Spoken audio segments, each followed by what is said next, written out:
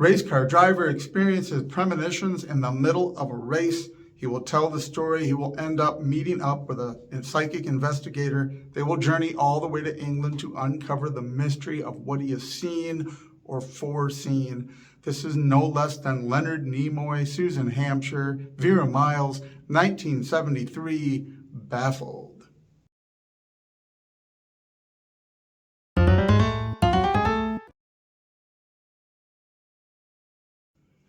Clearly intended to be the pilot of a series that very sadly did not manifest. I first saw Baffled just a couple of years ago through Crackle, and it was recommended to me again through Plex, now that I'm using Plex. And wow, this is a really fabulous film. I can't say enough good stuff about it.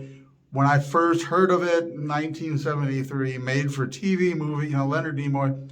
Poor Leonard Nimoy has always been typecast as Spock, of course. And Leonard Nimoy, great guy. He had a unique look about him. There was something about him that was he didn't fit any ordinary type. That's not to say there was anything wrong with him, but he was a unique appearing individual. Star Trek was aware of this. This is why in Amok Time, when they visit Vulcan, they made sure that T'Pring and Ston, these other Vulcans, had sort of the same type of long face and cheeks and the vaguely Asian cultural thing. They did the whole thing to play on with their lack of makeup, special effects, making them seem like a consistent species that were almost human but looked a little bit different with the pointed ears. And so poor Spock, you cannot identify Leonard Nimoy at any point without kind of seeing Mr. Spock, even if you weren't a huge Trekker.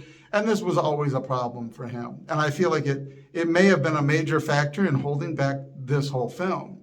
Baffled, intended to be a pilot to become a series, does a really amazing job as just a movie of telling a story. But by the end, it is very clear that they're going to be off to their next adventure.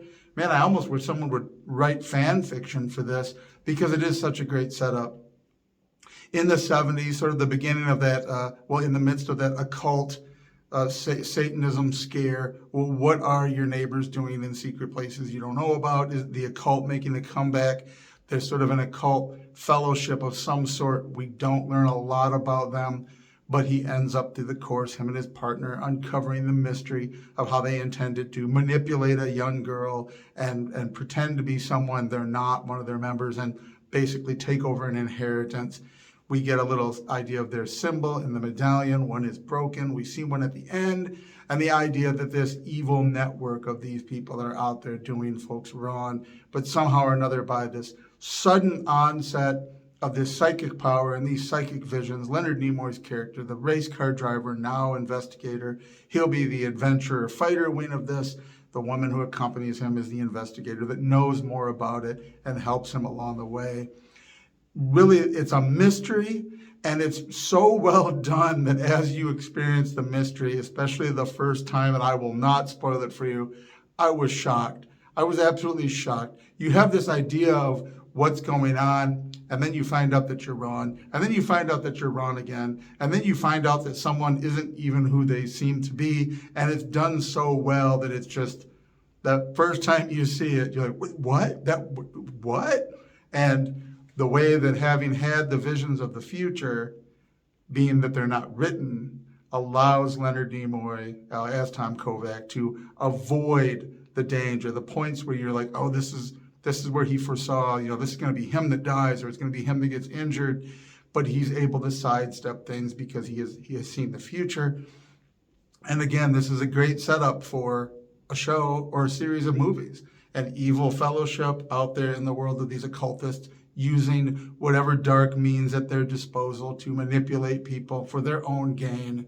And these investigators, one, getting the random visions of insight into what the bad guys are up to, able to save the innocent, help save the day, preserve and fight the evil brotherhood. This could have gone on for a long time if written anywhere nearly as well as the movie. It could have gone on for many seasons.